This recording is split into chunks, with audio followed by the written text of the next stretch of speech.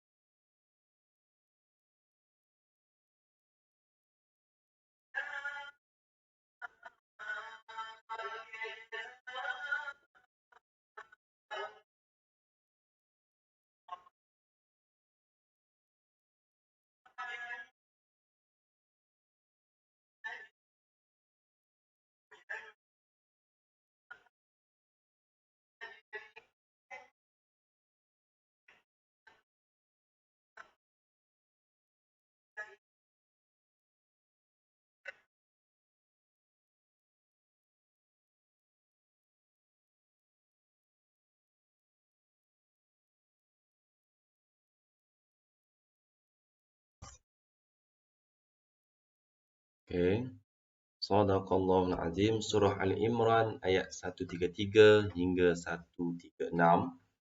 Baiklah, terjemahan ayat.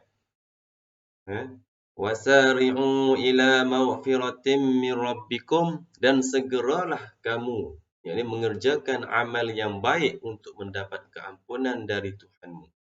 Wa jannatin arduhas samawati wal ardu uiddat lil muttaqin, dan mendapat syurga yang lebarnya seluas langit dan bumi yang disediakan bagi orang yang bertakwa.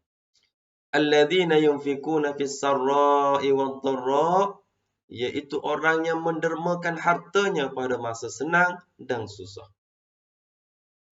Wal kaziminal ghaiz, dan orang yang menahan kemarahannya. Wal 'afina 'anil nas, dan orang yang memaafkan kesalahan orang lain.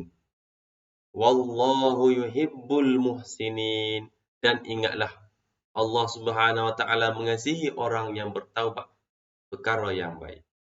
Orang yang berbuat perkara yang baik.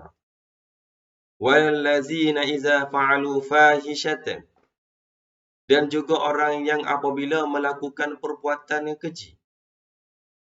Au zalamu anfusahum, atau menzalimi diri sendiri. Zakarullah, mereka segera ingat kepada Allah Subhanahu wa taala. Fastaghfaru li dzunubihim, lalu memohon ampun akan dosa mereka. Wa man yaghfiruz dzunuba illallah, dan tidak ada yang mengampunkan dosa melainkan Allah Subhanahu wa taala. Walam yusirru ala ma fa'alu wa hum ya'lamun. Mereka itu juga meneruskan perbuatan keji yang telah dilakukan sedang mereka mengetahui kesalahan dan akibatnya.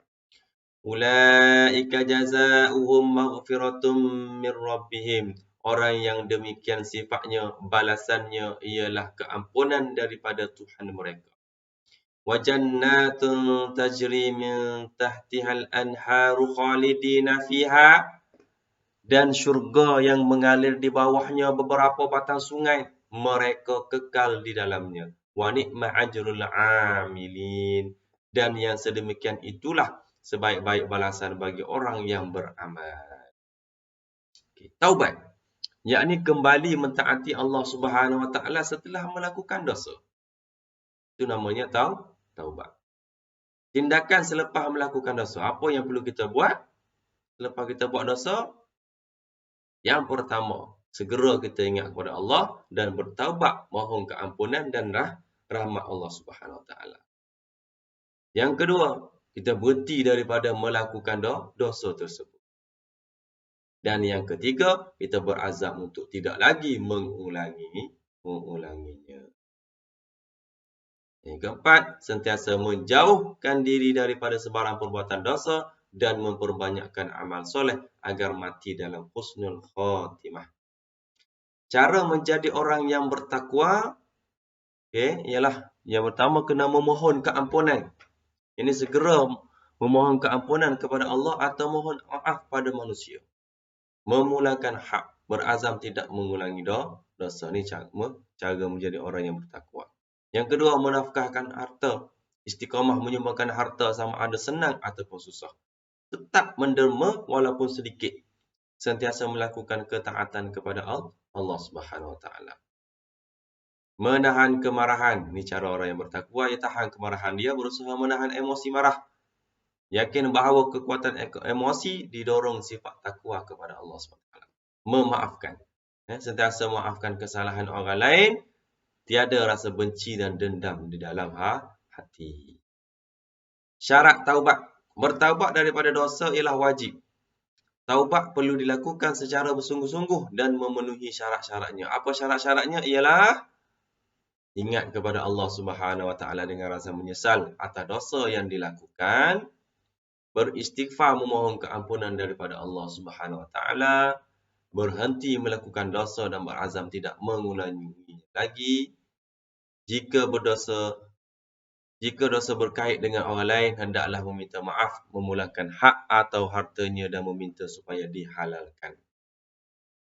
Pengajaran ayat ialah kita hendaklah sentiasa memohon keampunan Allah Subhanahu Wa Taala dengan berzikir dan beristighfar serta berazam tidak melakukan dosa lagi. Yang kedua, kita wajiblah segera bertaubat serta melakukan amal soleh agar menjadi orang yang bertakwa dan mendapat ganjaran syurga Allah Ta'ala. Membelanjakan harta ke jalan Allah Subhanahu Wa Taala serta seperti bersedekah sama ada ketika dalam keadaan senang maupun susah. Kita tahan kemarahan kita agar pergaduhan dapat dielakkan. Memaafkan kesalahan orang lain terhadap kita agar hidup lebih harmoni. Latihan dia, sila buat dalam buku tulis. Nyatakan maksud kalimah berikut. Zalamu anfusahum fastaghfaru zakarullah walam yusir. Apa maksud dia? Yang kedua, apakah hukum bertaubat apabila melakukan dosa?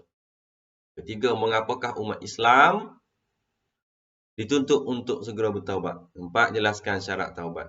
5, senaraikan ciri-ciri orang bertakwa yang terdapat dalam ayat 133 hingga 136 surah Al-Imran. Kelas, sekian, terima kasih. Jangan lupa buat kerja. Jangan lupa like video ini. Jangan lupa subscribe dan share. Sekian, terima kasih. Assalamualaikum warahmatullahi wabarakatuh.